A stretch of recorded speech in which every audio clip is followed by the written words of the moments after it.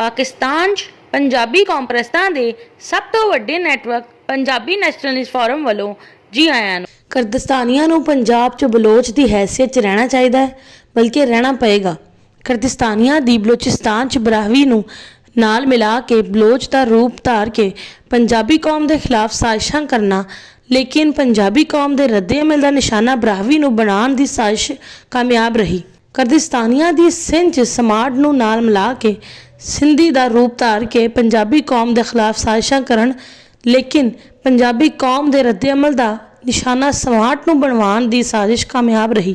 ਕਰਦਿਸਤਾਨੀਆਂ ਦੀ ਜਨੂਬੀ ਪੰਜਾਬ 'ਚ ਡੇਰਾ ਵਾਲੀ ਪੰਜਾਬੀ, ਮੁਲਤਾਨੀ ਪੰਜਾਬੀ, ਰਿਆਸਤੀ ਪੰਜਾਬੀ ਨੂੰ ਨਾਲ ਮਿਲਾ ਕੇ ਸਰਾਇਕੀ ਦਾ ਰੂਪ ਧਾਰ ਕੇ ਪੰਜਾਬੀ ਕੌਮ ਦੇ ਖਿਲਾਫ ਸਾਜ਼ਿਸ਼ਾਂ ਕਰਨ, ਲੇਕਿਨ ਪੰਜਾਬੀ ਕੌਮ ਦੇ ਰੱਦੇ ਅਮਲ ਦਾ ਨਿਸ਼ਾਨਾ ਡੇਰਾ ਵਾਲੀ ਪੰਜਾਬੀ, ਮੁਲਤਾਨੀ ਪੰਜਾਬੀ, ਰਿਆਸਤੀ ਪੰਜਾਬੀ ਨੂੰ ਬਣਵਾਉਣ ਦੀ ਸਾਜ਼ਿਸ਼ ਕਾਮਯਾਬ ਨਹੀਂ ਹੋ ਸਕਦੀ। ਕਰਦਿਸਤਾਨੀਆਂ ਨੂੰ ਪੰਜਾਬ 'ਚ ਸਰਾਇਕੀ ਲਿਬਾਦਾ ਓੜ ਕੇ ਰਹਿਣ ਦੀ ਜ਼ਰੂਰਤ ਨਹੀਂ ਹੈ। ਇਸ ਲਈ ਪੰਜਾਬ 'ਚ ਸਰਾਇਕੀ ਵਾਲਾ ਡਰਾਮਾ ਹੁਣ ਮਜ਼ੀਦ ਨਹੀਂ ਚੱਲ ਸਕਦਾ। ਕਰਦਿਸਤਾਨੀਆਂ ਨੂੰ ਪੰਜਾਬ 'ਚ ਬਲੋਚ ਦੀ ਹੈਸੀਅਤ 'ਚ ਰਹਿਣਾ ਚਾਹੀਦਾ ਹੈ, ਬਲਕਿ ਰਹਿਣਾ ਪਏਗਾ, ਤਾਂ ਕਿ ਬਲੋਚਾਂ ਦੀ ਪੰਜਾਬੀ ਕੌਮ ਦੇ ਖਿਲਾਫ ਕੀਤੀ ਜਾਣ ਵਾਲੀ ਸਾਜ਼ਿਸ਼ਾਂ ਤੋਂ ਪੰਜਾਬੀ ਕੌਮ ਦਾ ਜਵਾਬੀ ਰੱਦੇ ਅਮਲ ਵੀ ਸਿਰਫ ਬਲੋਚਾਂ ਦੇ ਖਿਲਾਫ ਹੋਇਆ ਕਰੇ।